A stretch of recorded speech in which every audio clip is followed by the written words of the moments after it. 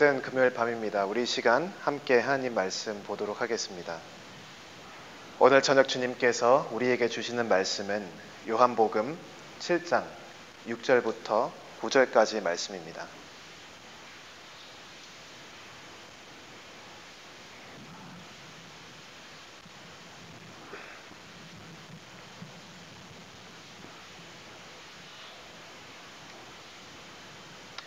요한복음 7장 6절부터 9절까지 말씀 다 찾으신 줄 알고 우리 한 마음으로 한 목소리로 봉독하도록 하겠습니다. 예수께서 가라사대 내 때는 아직 이르지 아니하였거니와 너희 때는 늘 준비되어 있느니라. 세상이 너희를 미워하지 못하되 나를 미워하나니 이는 내가 세상의 행사를 악하다 증거함이라. 너희는 명절에 올라가라. 나는 내 때가 아직 차지 못하였으니 이 명절에 아직 올라가지 아니하노라. 이 말씀을 하시고 갈릴리에 머물러 계시니라. 아멘. 제가 짧게 기도하고 말씀 선포하도록 하겠습니다. 할렐루야. 하나님 아버지 감사합니다. 주님께서 우리에게 또 이렇게 좋은 날씨 주시고 또한 우리가 함께 모여서 주님 앞에 이렇게 온전히 예배 드릴 수 있는 좋은 처소 주시니 감사합니다. 아버지, 이 시간 우리가 주의 말씀 앞에 나옵니다. 주님의 말씀으로 우리를 움직여 주시고 회복시켜 주시고 키워 주시고 이끌어 주시옵소서. 감사드리며 예수님 이름으로 기도합니다. 아멘. 오늘 본문 말씀 요한복음 7장 6절부터 9절 말씀은 이 문맥을 잘 살피지 않고 읽으면 좀 헷갈릴 수가 있어요. 근데 7장 1절부터 5절까지의 무슨 이야기가 나오냐면 이제 때는 초막절이 다가왔을 때입니다. 그리고 예수님께서 한참 이제 갈릴리 지역에 계시며 사역하실 때인데 이제 예수님께서 본격적으로 사역을 시작하시고 이제 예수님을 따르는 자들과 또 반대편에는 예수님을 싫어하는 자들이 이렇게 생겼습니다. 특히 유대 땅에 그 땅을 중심으로 이 유대인들이 반 예수님파가 이렇게 강하게 생겨서 성경 말씀에 보면 7장 1절부터 5절 말씀 보면 예수님께서 그들을 피해서 갈릴리에 머물러 계셨다라고 이야기를 하고 있습니다. 그래서 이제 갈릴리에 계시는데 이제 예수님의 형제들 있잖아요. 예수님의 형제들이 예수님께 딱 와가지고 이렇게 얘기합니다. 이제 초막절이 곧 다가오는데 이 초막절이 뭐냐면 온 이스라엘이 1년에 3번 이렇게 모여야 될 때가 있어요. 이게 무교절과 77절, 초막절 이렇게 3번 있는데 그 중에 한 절기로서 온 이스라엘 백성들이 이렇게 모여야 하는 가장 큰 행사 중 하나입니다. 어쨌든 이 초막절이 이제 다가와서 예수님의 이 형제들이 예수님께 말하기를 너가 이렇게 너 스스로를 세상에 알리고 싶으면 이런 갈릴리에 숨어 있을 게 아니라 초막절 맞이해서 유대 땅으로 들어가라. 거기서 너가 기적 한번 행사하면 정말 대박치지 않겠냐. 이렇게 이제 예수님께 얘기를 합니다. 물론 5절 말씀 보니까 그들이 딱히 이것을 예수님을 위해서 아니면 예수님을 정말 사랑하는 마음에서 한 것은 아니라고 우리가 볼 수 있습니다. 많은 경우는 이제 이들이 좀 그들도 예수님이 이렇게 계속 말하고 다니는데 솔직히 말해서 자기 큰형이 예수님이 큰형인데 형이 그렇게 얘기하고 다니면 동생들이 잘 믿어지지가 않잖아요. 그러니까 그들도 예수님이 잘 믿어지지 않았고 예수님이 이렇게 막 말씀을 가르칠 때 저게 진짜일까? 그냥 목수의 아들 예수 아니야? 이렇게 생각을 하니까 특히 형제들이 그러니까 좀 뭐 짜증도 났을 수도 있고 좀 비꼬는 의미에서 예수님께 너가 맨날 그 사람들 피해서 여기 갈릴리에 있지 말고 한번 너가 정말 진짜면 유대 땅에 가서 한번 해봐라 이렇게 얘기를 하는 것입니다. 이 문맥을 이해해야 오늘 본문 말씀을 읽었을 때 이게 무슨 내용인지 좀 이해하기가 쉽습니다. 이제 이것을 기반으로 우리가 본문 말씀을 좀 자세히 살펴보도록 할 텐데요. 오늘 본문 말씀은 특히 예수님에 대해서 얘기할 때 예수님이 하나님의 자기 계시임을 강조해서 이야기하고 있습니다. 하나님의 자기 계시란 말은 무엇인가? 영어로 하면 self-revelation이라는 단어죠. 자기 계시. 그러니까 하나님께서 우리에게 하나님 자신에 대해서 알려주시기 원하는데 그걸 계시라고 해요. 자기 자신을 계시하는 걸 자기 계시 또는 셀프 레벨레이션이라고 합니다. 근데 이것을 하나님께서 어떻게 하시느냐? 바로 하나님이신 예수님이 와서 직접 하나님이 누군지를 보여주는 거예요. 그래서 예수님이 하나님의 스스로의 셀프 레벨레이션이다 라고 이야기할 수 있는데, 그게 오늘 본문 말씀에서 강조되고 있는 내용입니다. 그래서 그것을 좀 우리가 집중적으로 보기 원하고요. 조금 더 세부적으로 들어가서 이야기하자면, 하나님께서 자기 계시를 하시는데 특히 하나님에 대한 두 가지 사실을 이렇게 집중적으로 계시하고 있습니다. 하나님에 대한 여러 가지 진리가 있고 하나님에 대해서 우리가 알 수 있는 게 정말 많지만, 오늘 본문 말씀에서는 두 가지가 특히 나오고 있습니다. 그래서 그 두 가지에 대해서 우리가 좀 더 살펴보고, 본문 말씀이 이렇게 어떻게 예수 그리스도를 하나님의 자기 계시로 묘사하고 있는지, 또한 예수님께서 하나님의 자기 계시로서 하나님에 대해서 어떤 이야기를 하고 있는지를 오늘 우리가 한번 살펴보도록 하겠습니다. 본문 말씀은 이제 예수님에 대해서 이야기를 할 때 이 형제들이 이제 딱 얘기를 한 거예요. 예수 뭐 형이라고 불렀겠죠. 한국말로 번역하면 이렇게 갈릴리에 있지만 말고 어디 한번 초막절 맞이해서 유대 땅으로 올라가서 한번 좀 이렇게 기적도 한번 보여주고 하는 거 어때? 이렇게 물어보니까 예수님께서 6절에 그들에게 대답을 하시는 겁니다. 그리고 6절에서 예수님께서 어떻게 대답을 하시냐면, 예수께서 가라사대 내 때는 아직 이르지 아니하였거니와 너희 때는 늘 준비되어 있느니라, 이렇게 이야기를 합니다. 그래서 이제 이것으로 오늘 본문 말씀이 시작하는데, 먼저 우리가 첫 번째로 좀 살펴봤으면 좋겠는 것은, 어떻게 하면 예수님이 이 말을 하시는 그 가운데 예수님이 하나님의 자기 계시라는 것을 우리가 알 수 있는가, 그것을 좀 살펴봤으면 좋겠습니다. 그래서 첫 번째로 기억해야 될 것은, 그리스도가 순종을 통해서 하나님을 자기 계시를 했다는 것을 우리가 기억해야 합니다. 예수님께서 순종을 통해서 하나님을 계시했다는 것을 우리가 알아야 합니다. 본문 말씀은 반복해서 예수 그리스도의 그 겸손한 순종을 강조하고 있습니다. 6절 말씀 볼까요? 6절에서는 내 때는 아직 이르지 아니하였거니와 너희 때는 늘 준비되어 있느니라. 그러니까 예수님께서는 이제 그 형제들의 조언을 듣고 그걸 따르는 것이 아니라, 그게 그 세상적인 방법으로 보면 아주 효율적이고 좋을 수 있죠. 사람들, 온 이스라엘 백성들이 다 한 곳에 모일 때 거기서 한번 딱 터트리면 그게 정말 어떻게 보면 세상적으로 얘기하면 가장 좋은, 가장 쉽고 빠른 방법인데, 예수님께서는 그렇게 하지 않으십니다. 그러고 아직 때가 안 되었다라고 말씀하시고 기다리십니다. 그래서 이렇게 그 형제들에게 이야기를 하는데, 똑같은 얘기를 또 8절에 해요. 8절 보니까 너희는 명절에 올라가라. 그러니까 너희는 그럼 가라, 초막절에. 근데 나는 내 때가 아직 차지 못하였으니 이 명절에 아직 올라가지 아니하노라. 그러니까 다시 한번 예수님께서 강조하시는 거죠. 자기 때가 있는데 때가 안 됐기 때문에 아쉽지만 초막절에 내가 유대 땅에 가서 이렇게 기적을 행사하지 못하겠다, 이렇게 얘기하는 겁니다. 그러고 또 9절 말씀도 이렇게 동일한 맥락에서 볼 수 있죠. 그리고 그 말씀을 하시고 그냥 말만 한 게 아니라 실제로 갈릴리에 머물러 계시니라, 이렇게 써 있습니다.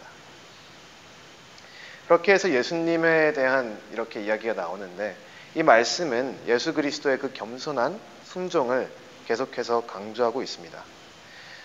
마치 이 이야기를 읽다 보면 복음서의 좀 다른 이야기도 우리가 생각날 수가 있어요. 특히 제가 이 말씀을 읽을 때는 그 마귀가 예수님을 시험할 때 시험했던 그 내용 중 하나가 기억이 납니다. 마태복음 4장 5절부터 6절에 보면 예수님께서 이제 광야에서 40일간 계실 때 이제 마귀가 나와가지고 예수님께 유혹을 합니다.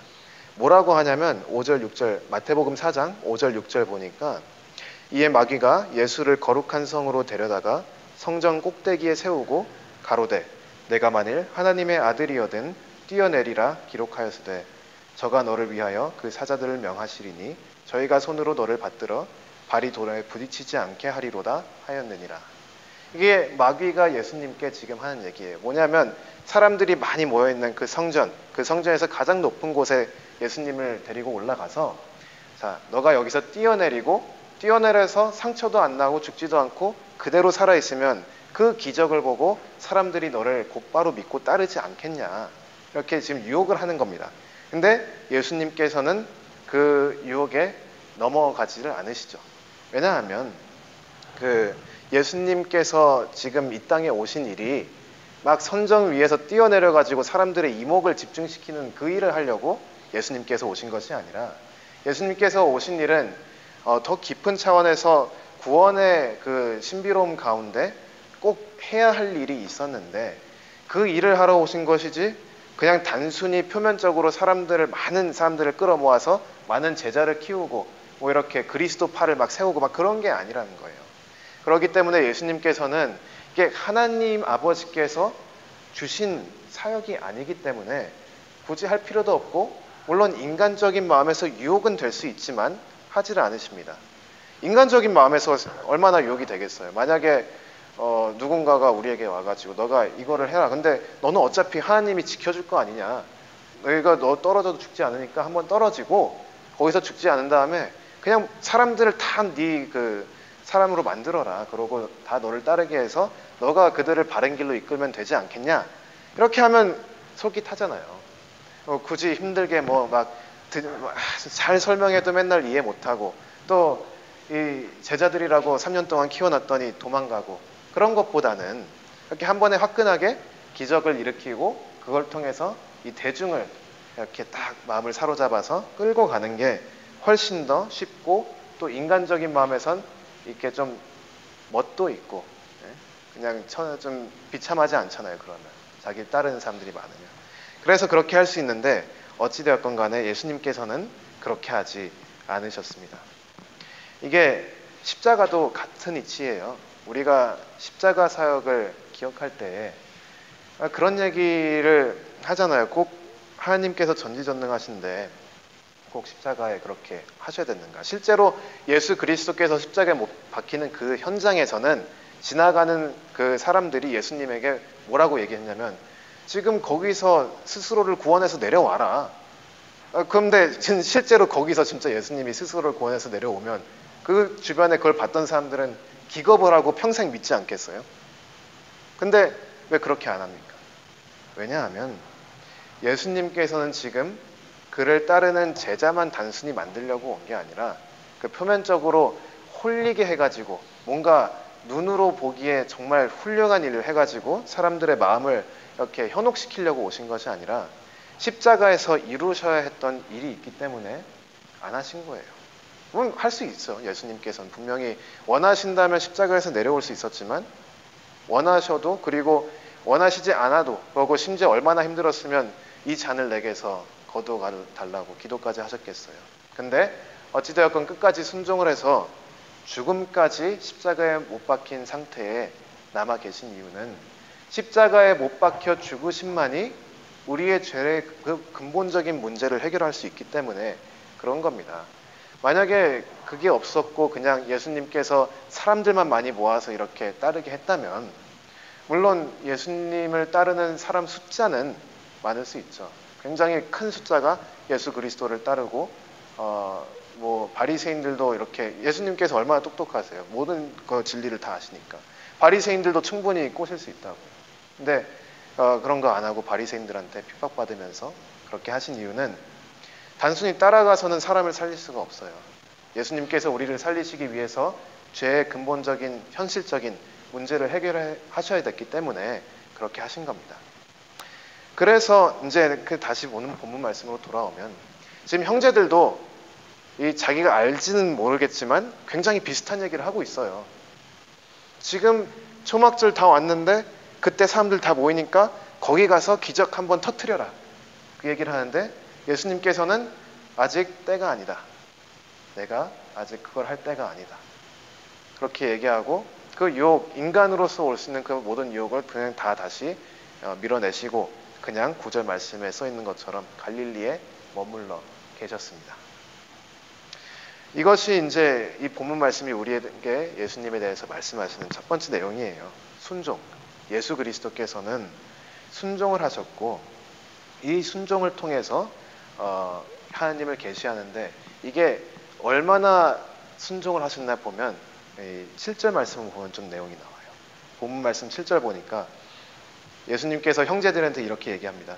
세상이 너희를 미워하지 못하되 나를 미워하나니 이는 내가 세상의 행사를 악하다 증거함이라. 왜냐하면 세상이 예수님을 미워할 때까지 예수님은 세상에 굴복하지를 않으셨어요. 세상이 예수님을 싫어하고 예수님을 죽이고 싶어 할 만큼 화가 나게까지 예수님께서는 세상의 뜻대로 산 게 아니라 세상의 기준대로 산 것이 아니라 오직 하나님의 뜻, 하나님의 길, 하나님의 기준으로 사셨습니다. 그렇게 순종을 했기 때문에 세상의 미움을 받는데 세상의 미움을 받는데도 불구하고 계속해서 하나님을 따라갔다는 사실입니다. 이것이 예수님께서 오늘 본문 말씀에 나오는 그 순종의 모습인데 이 완벽한 순종이 이 세상이 미워할 만큼까지의 순종이 있었기 때문에 하나님을 계시할 수가 있는 거예요. 만약에 예수님께서 아버지의 뜻에 순종을 하지 않았다, 조금이라도 차이가 있었다, 그러면 예수님께서 우리에게 보여주시는 그 하나님의 모습과 아버지 하나님의 모습이 다르지 않겠어요? 어긋나죠. 예수님께서 아버지의 말씀에 100% 순종하지 않고 99%만 순종해도 1%의 차이가 있다면 예수님이 보여주시는 하나님과 하나님 아버지는 다른 분이에요. 근데 그게 아니라 예수님께서는 완벽하게 하나님 말씀에 순종하셨기 때문에 다를 수가 없어요. 그리고 예수 그리스도를 우리가 완벽한 하나님의 자기 계시라고 신앙 고백을 할 수가 있는 것입니다. 그 순종의 내용들을 보여주고 있는 거예요. 그래서 이제 우리가 여기서 기억해야 되는 것은 예수님께서 이렇게 이 모든 유혹을 이겨내시고 순종하시고 그리고 세상이 미워할 때까지 세상에 따르지 않고 오직 하나님 말씀에만 순종했다는 사실이 먼저 우리가 기억해야 될 사실입니다. 그래서 이렇게 순종을 해가지고 예수님께서 하나님을 계시를 하시는데, 그러면 좀 더 구체적으로 오늘 본문 말씀 요한복음 7장 6절부터 9절 말씀에 예수님께서 계시하는 하나님에 대한 두 가지 사실이 나오거든요. 그럼 그 두 가지가 뭔지 좀 살펴보도록 하겠습니다. 첫 번째는 예수님께서 하나님에 대해서 계시하시는데 첫 번째로 하나님의 역사에 대해서 이야기를 하고 있습니다. 그러니까 하나님과 역사가 어떤 관계에 있는지 오늘 말씀을 통해서 예수님은 보여주고 있습니다. 이 역사라는 개념이 뭐냐? 영어로 하면 히스토리죠. 역사는 그냥 제가 늘 역사에 대해서 생각할 때 역사는 두 가지로 나눠서 생각할 수가 있어요. 하나는 사건이고 하나는 시간입니다. 그래서 어떤 사건이 어느 시간에 일어났는지 그거를 잘 정리해 놓은 게 역사라고 볼 수가 있죠. 그래서 순차적으로 일어난 사건들을 정리해 놓은 걸 역사라고 볼 수가 있는데, 그래서 그 두 가지 요소가 필요해요. 사건과 시간. 근데 본문 말씀 보니까 우리가 이미 봤지만 예수님께서는 지금 하나님께서 이 사건과 시간 둘 다 통치하고 계시다는 것을 보여주고 있어요. 이미 6절, 그리고 8절, 그리고 9절에서 봤지만 예수님께서 초막절에 그 때가 됐을 때 유대 땅으로 안 가신 이유는 하나님께서 정확히 어떤 일을 언제 해야 되는지 정하셨기 때문입니다. 그러니까 하나님께서 지금 그 사건을 계획하시고 그 사건이 몇 시에 일어날지, 언제 일어날지까지 다 계획을 해놓으신 거예요. 예수님은 단순히 거기에 순종하실 뿐입니다. 하나님께서는 초막절이 다다랐을 때 이 예수 그리스도의 형제들이 가라고 했을 때 가라고 한 적이 없습니다. 그래서 예수님은 안 간 겁니다. 굉장히 단순한 거예요. 대신 이 사건을 통해서 어찌되었건 간에 하나님께서 계획하신 가운데 이 사건과 시간, 통틀어서 역사라는 개념을 통치하고 있다는 것을 우리가 볼 수가 있죠. 그래서 하나님은 역사를 통치하신다는 것을 보여주고 있습니다. 그리고 계속해서 이 말씀 읽다 보면 좀 내려가시면 이제 7장 30절부터 34절에 보면 또 비슷한 얘기가 나옵니다. 특히 30절 보니까 이렇게 기록되어 있죠. 요한복음 7장 30절. 저희가 예수를 잡고자 하나 손을 대는 자가 없으니 이는 그의 때가 아직 이르지 아니하였음이로라. 이 예수 그리스도가 지금 이게 어떻게 된 거냐면 형제들이 먼저 가고 그 다음에 때가 차서 그때 이제 느지막이 예수님께서 가세요. 초막절 맞이해가지고 어쨌든 가긴 해야 되니까 가셔가지고 이제 있는데 거기서 이제 또 이렇게 가르치시니까 말씀을 가르치다 보니까 이제 이목을 집중시키잖아요. 그래서 이제 사람들이 보니까 저분 예수님 아니냐? 그래서 가보니까 진짜 예수님 맞아요. 그래가지고 이제 막 유대인들 다 몰려가지고 예수님 말씀하는 거 들으러 가는데 거기에는 뭐 찬성파도 있겠고 그냥 아무 관심도 없는 사람들도 있고 반대파도 있었겠죠. 거기서 이제 반대파들이 특히 이제 바리새인들이 예수 그리스도를 이게 기회다 잡아야겠다라고 해서 이제 그 사람들을 보내서 잡으려고 합니다. 근데 잡고자 했는데 손을 대는 자가 없다는 거예요. 30절 보니까. 근데 잡고자 했는데 손을 대는 자가 없는데 그 이유가 뭐냐 써 있는 게 보니까 아직 때가 이르지 아니하였느니라. 사람들이 아무리 내가 지금 예수 그리스도를 잡아야겠다 마음을 먹고 행동을 해도 손을 댈 수가 없어요. 하나님이 아직 정하신 때가 아니라서. 하나님께서는 분명히 시간을 다스리시고 어느 시간에 어느 행사가 일어나는지도 다 다스리시기 때문에 하나님이 허락 안 하시면 못하는 거예요. 그냥 바로 눈앞에 있는데도 못합니다. 내가 의도를 가지고 있고 내가 어디 묶여있는 게 아닌데도 예수님이 어디 도망갈 수 있는 게 아닌데도 못합니다. 왜냐하면 하나님께서 못하게 막으셨기 때문에 아직 시간이 안 된 거예요. 또 비슷하게 이제 34절에 나오죠. 34절에 보니까 너희가 나를 찾아도 만나지 못할 터이요 나 있는 곳에 오지도 못하리라 하신대. 이제 이 내용이 뭐냐면 지금은 내가 너무 싫어가지고 나를 막 잡으려고 하지만 나중에는 너희들이 나를 보고 싶어도 못 볼 것이다. 그때가 되면 하나님께서 그때에는 예수님이 떠나시기로 작정하셨기 때문에 그때가 되면 아무리 내가 회개하고 돌아오고 예수님 보고 싶어도 볼 수가 없는 거예요. 그 역사란 게 이게 내 마음대로 할 수 있는 것 같지만 사실 하나님께서 다 주관하고 계시기 때문에 하나님이 허락하지 않는 이상 우리는 뭘 할 수 있는 게 없습니다. 그리고 그 내용을 분명하게 보여주는 거죠. 예수 그리스도는 끌려간 게 아니에요. 지금 30절 말씀에 나온 이 유대인들은 끌려갔죠. 그들이 원해도 하나님이 원하지 않으셨기 때문에 못했는데 예수님은 그게 아니라 예수님이 원한 것이 하나님 아버지께서 원한 것이에요. 그래서 하나님의 때와 하나님의 그 사건과 역사를 다 그냥 동일하게 순종을 해서 나가는 겁니다. 그래서 예수님이 하는 게 하나님이 하는 거랑 차이가 없어요. 예수님이 곧 하나님인 거예요. 그래서 그리스도를 본 자가 아버지를 볼 수가 있는 거예요. 그래서 그리스도를 믿는 자가 하나님을 믿는 자가 되는 거예요. 예수님은 하나님입니다. 동일하신 분이에요. 근데 예수님은 또 하나님을 자기 계시를 우리에게 해주시기 위하여 이 땅에 오신 거죠. 거기다가 우리를 구원하시기 위해서. 그러니까 예수님이 지금 여기서 순종하심으로 우리에게 하나님이 이런 분이다 이렇게 가르쳐 주시는 겁니다. 그래서 이 사람과 사람의 그 마음, 아무리 내가 마음을 먹고 사람의 능력, 아무리 내가 힘이 좋아도 이게 하나님께서 역사를 다스리시고 있기 때문에 그거를 우리가 부셔서 그 이상을 넘어가지를 못해요. 우리는 시공간 안에 갇혀있는 피조물이고 그 시공간은 하나님께서 다 통치하고 계시기 때문에 우리가 아무리 마음을 굳세게 먹는다 해도 그리고 우리가 아무리 내가 의지를 강하게 해서 내가 무조건 이거는 하겠다 이렇게 해도 하나님께서 막으시면 안 되는 것이고 또 아무리 안 될 것 같아도 하나님께서 그냥 되게 하시면 되는 거예요. 그거는 하나님께 달린 겁니다. 우리 그리스도인들은 그래도 그런 하나님을 아버지라 부르니까 얼마나 다행이에요. 적이었으면 아주 큰일 났겠죠. 참 다행이라고 생각합니다.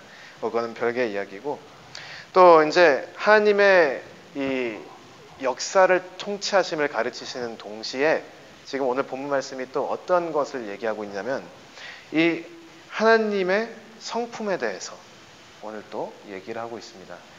이거는 특히 7절 말씀 보면 이게 바로 나와요.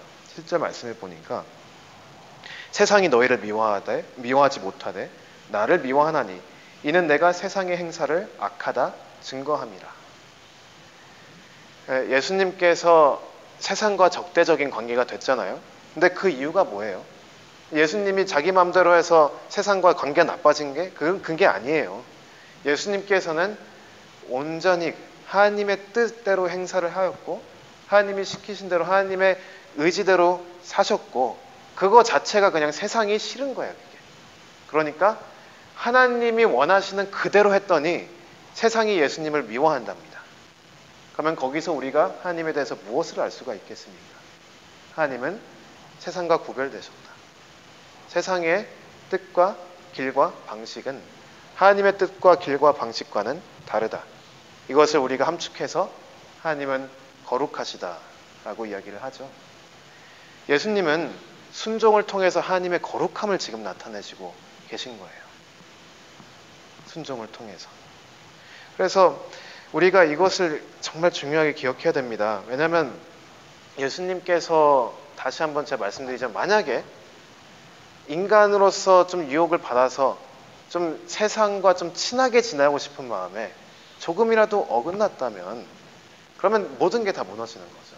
근데 예수님께서는 완벽하게 가장 거룩하게 깨끗한 이렇게 사람으로서 이 모든 것을 이뤄내시고 하나님으로서 이 모든 것을 이뤄내셨습니다.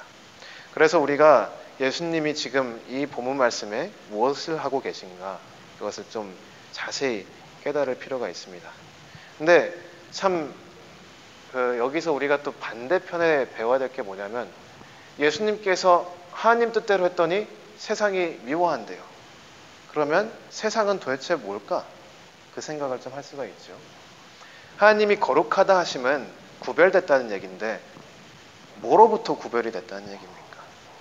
세상은 죄악으로 물들어 있습니다. 그렇기 때문에 선하신 하나님을 감당하지를 못하는 겁니다. 이게 되게 또 재밌어요. 이 말씀을 읽다 보면 또 다른 말씀이 생각나요. 같은 복음이죠. 요한복음 1장 5절 같은 데 보면 1장 5절이나 뭐 9절부터 11절 이런 데 보시면 이렇게 써 있어요. 1장 5절은 이렇게 써 있습니다.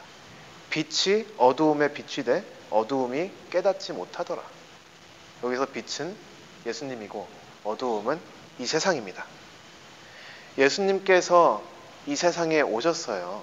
근데 빛이 뭔지를 깨닫지를 못하는 거예요. 어두움이.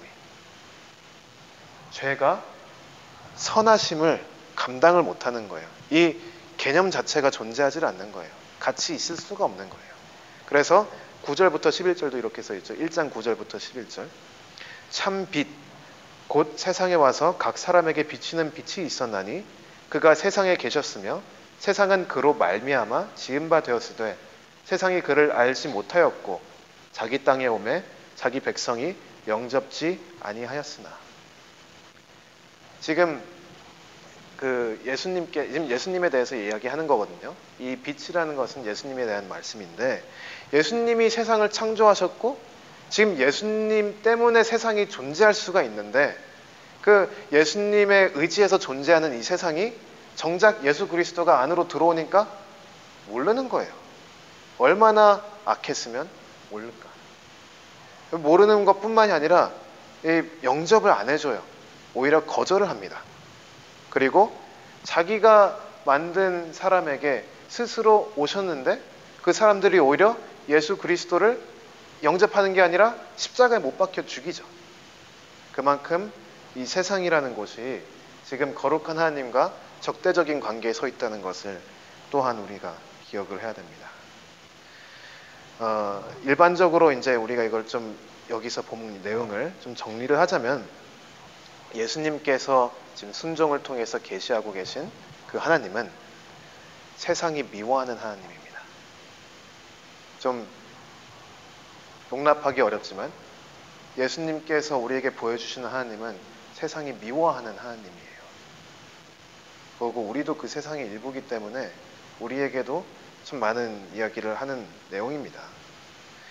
이렇게 예수님은 이제 좀 정리해서 얘기하자면 이렇게 순종하심으로 하나님의 자기 계시가 되셨고 그리고 이 순종하심으로 하나님이 역사를 다스리신다라고도 가르치시고 또한 순종하심으로 하나님이 거룩하신 분이다 라고도 가르치고 있습니다. 그래서 그 두 가지를 지금 순종을 통해서 이야기를 하고 있는 거예요. 그런데 이제 여기가 제일 또 중요한 거예요. 뭐냐면 이 말씀을 우리가 읽었잖아요.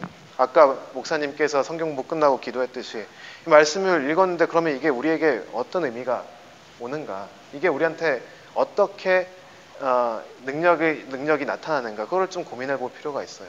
지금 우리는 어쨌든 예수님이 하나님에게 완벽히 순종했다는 것을 배웠고 그 순종을 통해서 우리가 하나님이 역사를 통치하시고 또 굉장히 거룩하신 분이라는 것을 배웠어요. 그러면 그것이 우리에게 무엇을 이렇게 요구를 하는 것인지 좀 살펴보겠습니다. 우리가 가장 쉽게 얘기해서 우리 자신을 이렇게 정체성을 얘기할 때 그리스도인이다, 기독교인이다 이렇게 얘기를 하죠. 좀 더 세부적으로 얘기하자면 뭐 개신교 아니면 프로테스탄트 이런 식으로 하지만 어쨌든 이 가장 많은 교회를 아우르는 그 개념이 그리스도인이잖아요. 그리스도인은 저기 크리스찬인데 크리스찬은 뭐냐면 크라이스트를 따라가는 사람이라 크리스찬인 거예요. 그리스도를 따라가는 사람이라 그리스도인인 거죠. 그러면 그리스도가 사셨듯이 우리도 살아가는 게 우리의 정체성인 거예요. 사실은. 그래서 우리가 그리스도가 사신 대로 따라가야 하는데 그리스도께서 어떻게 사셨는가? 오늘 본문 말씀에서 그리스도가 어떻게 사셨는지 그 모든 걸 다 함축하고 있지는 않지만 아주 조그만 부분을 우리에게 말씀해 주시고 있습니다. 그리스도는 순종하시면서 사셨습니다. 그리고 무엇에 대한 순종이었나? 역사를 통치하시는 하나님에 대한 순종, 거룩하신 하나님에 대한 순종이었습니다. 그래서 우리도 그리스도인이라면, 우리가 그리스도를 따라간다면 우리 또한 하나님께 순종해야 하는데 어떠한 순종이냐? 역사를 통치하시는 하나님 앞에 순종, 그리고 거룩하신 하나님 앞에 순종입니다. 그 두 가지 순종이 우리에게 요구가 되죠. 그런데 이건 뭐 이렇게 질문할 수가 있어요. 저 같은 경우도 누가 이렇게 얘기하면 근데 그건 예수님이니까 한 거 아니냐? 우리는 예수님이 아니지 않느냐? 물어볼 수 있잖아요. 솔직히 말해서 맞는 말이에요. 예수님은 하나님이잖아요. 성부, 성자, 성령 할 때 성자 하나님이 예수님이잖아요. 그러니까 당연히 아버지 하나님과 예수 그리스도가 하나가 되어서 완벽한 순종을 이루고 할 수가 있는 거죠. 그리고 하나님이기 때문에 그 모든 것을 다 이겨내고 할 수 있었던 거지 우리같이 연약한 인간이 도대체 어떻게 예수 그리스도를 따라갑니까? 이렇게 물어볼 수가 있잖아요. 근데 그 가능 여부를 떠나서 일단 말씀은 따라가라고 얘기를 하고 있습니다. 그리고 단순히 그냥 따라가라고 해놓고 아무런 도움을 안 주는 게 아니라 우리가 예수 그리스도를 따라갈 수 있게끔 도와주는 장치들이 있어요. 일단 그냥 좀 현실을 그냥 놓고 보면 진리를 그냥 한번 살펴보면 우리는 비록 근본적으로는 그리스도보다 하등한 존재죠. 왜냐하면 우리는 피조물이고 예수님은 창조주니까. 그럼 완전히 그냥 개념 자체가 다른 거잖아요. 다르긴 다른데 우리는 하나님의 형상으로 지어진 피조물이에요. 많은 피조물들이 있는데 그 중에 하나님의 형상으로 지어진 피조물은 우리밖에 없습니다. 그것뿐만이 아닙니다. 우리는 예수님께서 형제 자매로 부르십니다. 우리는 예수님께서 형제 자매로 부르십니다. 뿐만이 아니에요. 아버지께서 우리를 아들, 딸로 부르십니다. 그것뿐만입니까? 우리는 그리스도와 연합했죠. 우리가 성찬식 한 달에 한 번씩 하는데 우리 이제 다음 주 주일에 성찬식이 있는데 성찬식 때 뭐 하는 거예요? 그냥 빵 먹고 포도 주스 마시는 시간이 아니잖아요. 성찬식은 뭐냐면 이 그리스도의 몸된 그 떡과 그리스도의 피된 그 포도 그 주를 우리가 마심으로 성령님을 통해서 그리스도와 하나 되는 연합함을 우리가 이렇게 행위로 고백하는 겁니다. 그리고 실제로 그 행위를 통해서 성령님께서 역사하시고 그리스도와 우리가 하나됨을 고백하는 거예요. 그래서 우리를 보고 그리스도께서 뭐라고 하시냐면 너희는 내 몸이다. 교회가 뭐예요? 그리스도의 몸이잖아요.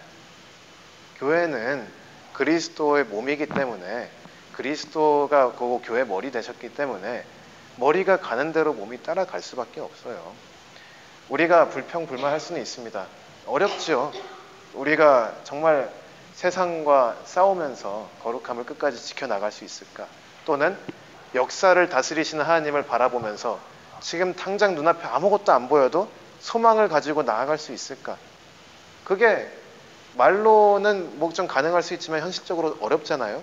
어렵긴 한데 말씀은 우리에게 그것을 요구하고 있고, 단순히 요구하는 데서 끝나는 것이 아니라 우리에게 그렇게 하게끔 능력까지 주시고 있다는 것을 우리한테 가르치고 있습니다. 우리는 예수 그리스도를 따라야 합니다. 그리고 예수 그리스도를 따른다는 것은 오늘 본문 말씀에 이제 집중해서 얘기하는 거예요. 일단은 역사를 다스리시는 하나님을 기억하고 그런 하나님 앞에 순종을 해야 됩니다. 그게 뭐냐면 역사를 하나님께서 다스리시기 때문에 우리가 눈앞에 보여진 상황이 어렵더라도, 그리고 눈에 보이는 소망이 잘 없더라도, 뭔가 좀 실질적으로 느껴지는 뭔가 좀 이거 해결할 수 있는 그 방책이 생각이 안 나도 역사는 하나님께서 다스리시기 때문에 하나님께서 가장 선한 길로 인도하신다. 이것을 기억해야 되는 거예요. 그리고 단순히 그걸 아는 데서 끝나는 게 아니라 그대로 순종해야 됩니다. 순종한다는 것은 소망을 갖는다는 거예요. 소망이 없는 곳에서 소망을 갖는 것. 그것이 역사를 다스리시는 하나님 앞에 순종하는 것입니다. 그게 말로는 쉽지만 그게 실제로 하기는 어려워요. 정말로 절망스러울 때는 믿음 자체가 그냥 나오지가 않습니다. 그러나 계속해서 하나님께서 우리에게 힘 주시고 능력 주시고 훈련시키시고 키우시는 것을 기억해야 됩니다. 우리는 소망이 실질적으로 안 보이더라도 소망을 품을 수 있어야 합니다. 그게 하나님에 대한 순종입니다. 역사를 다스리시는 하나님에 대한 순종. 또한 그뿐만이 아니죠. 거룩하신 하나님 앞에 순종을 해야 한답니다. 이것 또한 쉽지가 않습니다. 거룩함은 세상과 구별됐고, 제가 아까 앞서 본 것처럼 그 뜻은 세상이 이러한 거룩한 자들을 미워할 것이라는 것을 이야기하고 있습니다. 근데 그래도 순종해야 돼요. 예수님께서 세상의 미움을 받으시고 십자가에 못 박혀 돌아가셨죠. 그리고 예수님의 이름으로 말미암아 핍박받는 자들 많이 있습니다. 근데 그게 진짜예요.